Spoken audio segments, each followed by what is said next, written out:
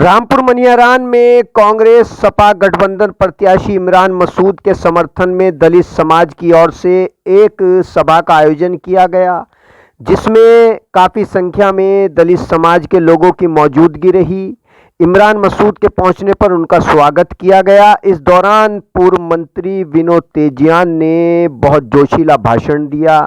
उन्होंने कहा कि पहचान लीजिए कौन संविधान विरोधी है और कौन संविधान का हिमायती है, कौन संविधान की रक्षा कर रहा है।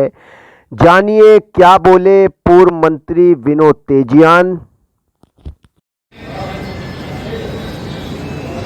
रामपुर विधानसभा के बसपा के पूर्व अध्यक्ष भाई प्रमोद दयाल जी, ममता चौधरी जी, सुदेश नाथ जी, वार्ड 11 से हमारे मेंबर भाई मेहरपाल जी, भाई मेवालाल जी, हमारे परिवार धर्म सिंह जी, पदम सिंह जी, डॉक्टर अम्बेडकर ने किया। और अगले दिन 27 नवंबर 1949 को, ये बात मैं इसलिए कह रहा हूं, आज कुछ लोग पदों के लालच में, आज कुछ लोग विधायक, एमएलए, एमपी, मंत्री और छोटे छोटे पदों के लालच में हमारे भोले समाज को गलत जगह ले जाने का काम कर रहे हैं।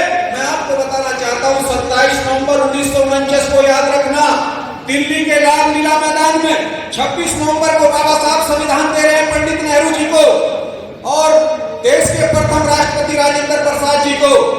अगले ही दिन आरएसएस के लोग, जो आज बीजेपी है, ये लोग 27 नवंबर को दिल्ली के रामलीला मैदान पर भारत के संविधान को जलाने का काम कर रहे और पूरे देश में बाबा साहब के पुतले फूकने का काम कर रहे। ये वो ताकते हैं मेरे भाइयों, जो लोग हमारे लोगों को गुमराह करके उधर ले जाने का काम कर रहे हैं। अगर ये काम हम लोग कर देते तो हम कई कई विभागों के मंत्री बन जाते, अब से 10 साल पहले बन जाते। लेकिन हमने ये गद्दारी करनी समाज से उचित नहीं समझी, वरना ऐसा नहीं था कि वो हमें टिकट नहीं दे रहे, वो टिकट हमें दे रहे थे, लेकिन वो हमें सामान्य सीट पर, देहात पर उस समय लड़ाना चाहते थे, हमने उनको मना कर दिया था। दूसरा, वो हमारे से लिखवा करके लेना चाहते थे कि आप जो बोलोगे 8 दिन पहले हमारे संगठन मंत्री को बताना पड़ेगा कि आप क्या बोलना चाहते हो। चूंकि मेरी कुछ सीढ़ियां भागवत जी तक हमारे समाज के कुछ लोगों ने, कुछ गद्दारों ने उस समय पहुंचाने का काम किया था। इसलिए भाइयों, दौर और दुश्मन की पहचान होनी चाहिए कि कौन सी ताकतें हैं उस देश में जो संविधान को खत्म करके इस देश की जनता को गुलाम बनाना चाहती है, और कौन वो नेता है जो मेरे समाज को, आज माननीय राहुल गांधी जी आज पूरे देश में कह रहे संविधान खतरे में है, आज अखिलेश यादव कह रहे हैं कि संविधान को बचा लो, नहीं तो अगला चुनाव भी नहीं होगा।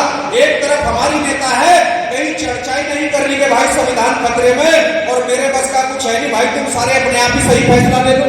अरे आप नहीं कुछ कर सकते तो इस समाज को धीरे से इशारा ही कर दो, हम देख लेंगे, हम आपको भी आजाद करवा लेंगे, हम देख लेंगे आपको कौन जेल भेजेगा, लेकिन इनकी ओर तो नाली में ढलवाने का काम करेंगे।